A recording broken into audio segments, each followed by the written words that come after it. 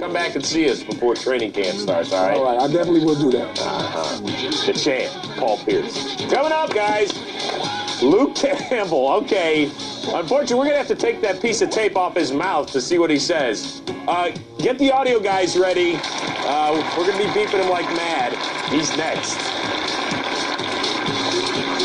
Still laughing. All right, make no mistake, our next guest lit it up with his group, Two Live Crew, back in the 80s and 90s. Now he is back with a new show on VH1. It's called Parental Advisory. Of course it is. Luke Campbell is here. What's going on, Luke? Good to see you. Hey, appreciate it, man. Appreciate y'all having me. Look at John. Let me tell you, Uncle Luke, I don't know if you know this, but I was one of your biggest fans. And then when I got traded to Miami, I found out you hated me, and you used to boo me, and I was like, what did I ever do to this guy? And then I found out it was a girl. But I didn't know it wasn't no girl. No, it wasn't no girl. Come on now. You played for Detroit. Oh, that was the only reason? Man, I booed everybody for Detroit. Oh, I was nervous. I thought it was wasn't no girl. Nah. You know, back then we had multiple women. We had them in every part of the country. Yes, we did. Okay, I'm good now. So you're right at home up on this set, because you know everybody up here, except for me. But I was a dorky white kid that listened to you in college, so it's all right. We all partied at one point. Is that what happened? Yeah. Seriously, how do you know these guys? What are you talking about? How do you know these guys? What are you talking about? I know them. Oh, I'm sick. I think I'm about to take this segment off. Well, I mean, John was probably at one of the crazy freaky parties, and GP, he's always, I don't know. You married now, GP? Oh yeah.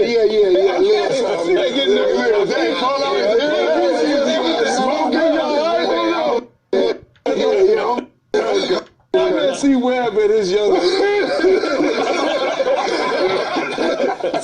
See Webb. Quite a few months. What about those beers? Let's talk basketball. You talk like that shirt you got on, Miami Hurricane. All right, so obviously you do have a we have a long history. Well, you also have a long history with the Hurricanes. From back in the 80s. How did you get hooked up with those guys? Well, I mean, Jerome Brown and all those cats, Fullerton and Melvin Bratton and all them. At one point, when they started letting black folks down the car, gave us, kids got down there and they started just going crazy.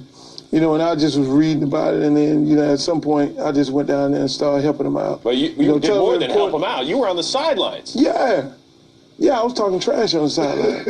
I was like, beat their ass, beat everybody's ass. Yeah, beat Florida State. I mean, we used to take a bunch of beatings, so when they got the boys from the hood to play down there, then it became all good. Let's talk about one of the boys in the hood used to be on this show, Michael Irvin. And as I understand it, your job was to keep control of Michael Irvin. Yeah. Luke, I'm here to tell you did a damn bad job. No, Mike was all right when he was at Miami. Right. You know what I'm saying? Yeah, I had all the patience. I mean, Michael Irvin, Jerome Brown, Melvin Brand, I had all the, the crazy. I mean, Ray Lewis, he wasn't crazy at all. I would control the patients. Right. The ones who would, take the car and just ride it through the campus. In the hallway. Oh, you mean at University of Miami, they only allowed to take the car around the class? Yeah. Back then, they would do that. Let me be your lawyer. Let's start it. Let me ask you this. Car. So you watch out. Watch. He the boom. He trying to set you up. You got on this He came out and said you boom. Let me ask you this. Did you have anything to do with them in the Army fatigues that they wore out there? No, that was Jerome Brown. Okay. Yeah, JB did that. Because I'm happy that Miami understands that if it's not for people like you, that they won't get people from the hood. I think anytime a team transitions and they don't turn good because they let somebody, not be associated with it, that affects it. Because we know you're on the sidelines, and that means a lot to, a lot of kids in the hood. Right. I mean, that's what I was doing. I would go down there and I would talk to them about, the opportunity that they have, performing on national TV, beating teams like, where Sally played at, right. And having the opportunity to get an education as well. So I saw kids losing that opportunity. People were going in the, it was shooting up the campus. It was different things going on back then, I just went out there and just say, look, man, don't blow your opportunity. Right, a lot of hard work a lot of hard work, they can almost be as good as Michigan in football. Oh, boy, Michigan is garbage. Come on, man. Crazy. Michigan in football? Michigan football is garbage. Are you crazy? Y'all When used the to last be, time y'all did something? Y'all used to be good. You crazy. We nice. We give y'all players. You crazy. We give y'all leftovers. You crazy. You We give crazy. y'all leftovers. Michigan Let's football. schedule a game. Michigan want to play y'all in 2 years. Let's me and you schedule a game. We gonna be. Let's do it. All right. No problem. Where y'all want to play? Anyway, play outside the parking lot. Right here. No problem. Michigan. All right, true or false? You used to give financial incentives to players. To players. No. If they did well. No. No. Bounties on Bounties? guys. What bounties? They used to Bounties? say if you No. Why would I do that? right. I mean, the best football players come from the city of Miami and Fort Lauderdale. That's the best football players in the country. Every time y'all do a highlight show, it's somebody from You Miami. gotta sell records in Texas, man. Texas gonna get mad at you. Well, I got to call it like it is. Texas respect that I'm going to call it like it is. That's true. Yeah. Texas Same got thing with football. California. Yeah. It's Florida, Texas, California. Michigan only makes basketball players. That's right, Uncle Luke. Shit, that's what I'm talking about, man. Listen, now is a new coach. Right. He done got to his senses. Randy Shannon. He done asked you to come back. Is that true? Asked you to come back on the sideline. Yeah, I don't want to go on the sideline. It's too hot out there. I mean, Randy has welcomed me back. I mean, as soon as he got the job, I came down there. I probably filled out about this many documents. But I'm down there. I'm a friend of the program. He was a kid playing at University of Miami when I used to be down there, so he knew what I would. He knew what I was bringing to the table. It ain't like some of these other coaches who heard stories or read something and said, "Oh, this cat is bad for the program." He was one of those guys playing for the school. Okay. All right, we got much more coming your way with Luke Campbell, so don't go anywhere. We're going to get into your new parenting show. No, this is good because we're Parent of the Year, Luke Campbell. We'll talk to him about that and also what happened when his 17-year-old daughter brought home a boy. Answers next. You already know. Period. The new show, Luke's Parental Advisory, coming your way Monday, VH1. He got you.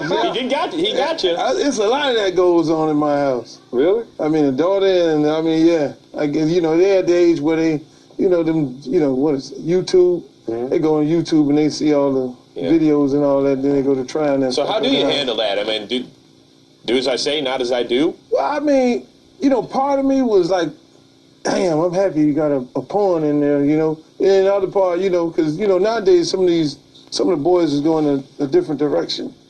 And I'm happy that my son going the right direction. Okay. So, but then I gotta put it down. You know what I'm saying? I gotta put my foot down. I can't have him sitting up there looking at me. So now the daughter now, that's in the house, she's 17, right? 17, look like she about 25. So she brought a boy home. What happened? Oh man, that boy almost died up there. Hey, look, it almost was a murder up in there. I had the gun in my bag, and I was like, my man has an arm on the leg and all this. I'm like, hold on, partner, you gotta slow down. Move on over. I had to give him the 3rd degree, but then I had to do it a certain kind of way, because it's easy for us to go to jail. Yeah. If I'd have beat somebody's son down up in there, it would have been a real problem. So I did it the diplomatic way. Well, we got homies, man. We could have covered that up. You already know. You already know. All right, this I don't know if this is news, but I didn't know this. You got married. Yeah, last week. Last week. How long you know her? 2 weeks? No, I'm joking. I'm just joking. But you got married. Yeah. I don't do what you do, Johnny. Yeah, no. I don't do what you do. Luke don't marry Shones. No. You had. Let me see. Dougie Fresh was there. Yeah. A whole bunch of players from Miami. Warren Sapp, Edrin James. Yeah. Gold Teeth and all. Sapp ain't show up, and I'm pissed off about it. Why? I don't know what he was doing, and where he was at, I'm still looking for him right now, but he didn't show up. I was hurt by that. Where my invitation to the bachelor party? Well, Where was the it? last time you came to one of my parties. I just asked for the invitation. So what happened was, that's all I'm saying. That's what I'm saying. Hey, check it out. I'm just asking. Did you have a bachelor party? Did you have a bachelor party, or did you play a tape or like highlights? Yeah, they saw your show. No, I'm sweating like I'm on trial up here, man. Come on. They telling a commercial piece of this. You can definitely see the clean version, certainly the TV version of everything. It's coming your way Monday night, August 4th. August 4th, 10:30. Luke's Parental Advisory on VH1. We wish you the best of luck with it, and we'll send all our kids on the show because Hey, no problem. it'll be very good. No Luke, problem. Yeah, it's gonna be crazy. Luke, seeing you. The best of luck. You already know. Luke, And you'll get to see the wedding on there. You're gonna see what I did. Coming up next, Carissa heads out to Vegas for charity and partying all rolled into one. You won't believe who taught Chris Webber how to play poker, and there was a boxing champ and home run champ at GP's 40th. What'd you get him? Me?